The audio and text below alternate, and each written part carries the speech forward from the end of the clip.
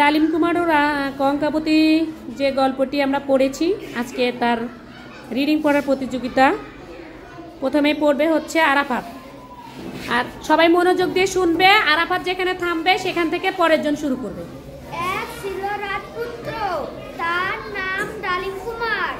তার ছিল এক পঙ্খিরাজ ঘোড়া। ঘোড়ায় চড়ে সে দেশ বিদেশে ঘুরে বেড়াতো। একবার ঘুরতে ঘুরতে অচিনপুরে চলে এলো।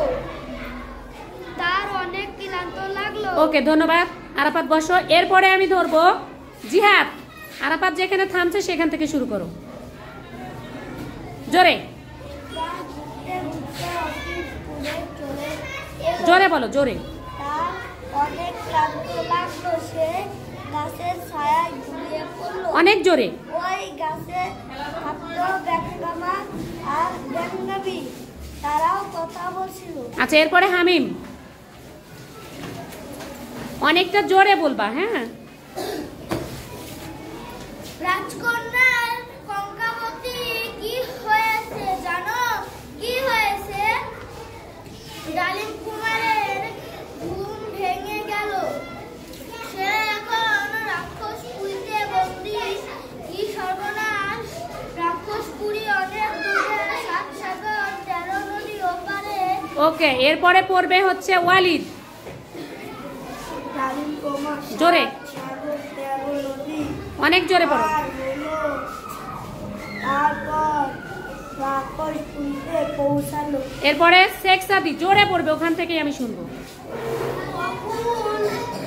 রাজকন্যা কঙ্কাবতী সোনার পালঙ্কে ঘুমিয়ে আছে। কিছুতেই তার ঘুম ভাঙে না। তারপরে পড়বে হলো শাউন।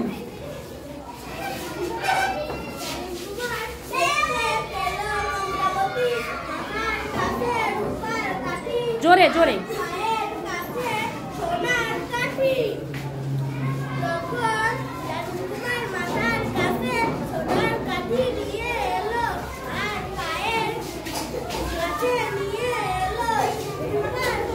এরপরে আরশ।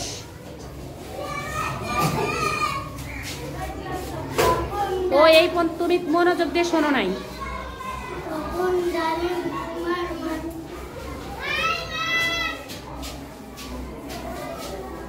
আরো দ্বারা থাকবে, হ্যাঁ। গোলাম রাব্বি।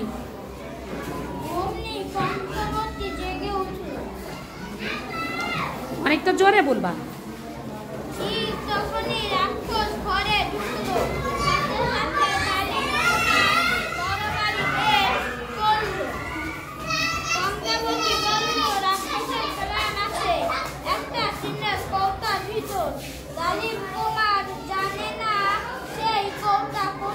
ওকে, ধন্যবাদ। এরপরে সারফারাজ, রেডি থাকবে, মনোযোগ দিয়ে শুনবে কাকে ধরবো। অনেক সাহস, সে তখন পালঙ্কের নিচ থেকে কৌটা বের করলো।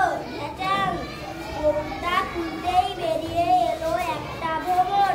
তখন কঙ্কাবতী তরবারি দিয়ে ভ্রমরটাকে কেটে ফেললো। ওকে, এরপরে সোয়াইব।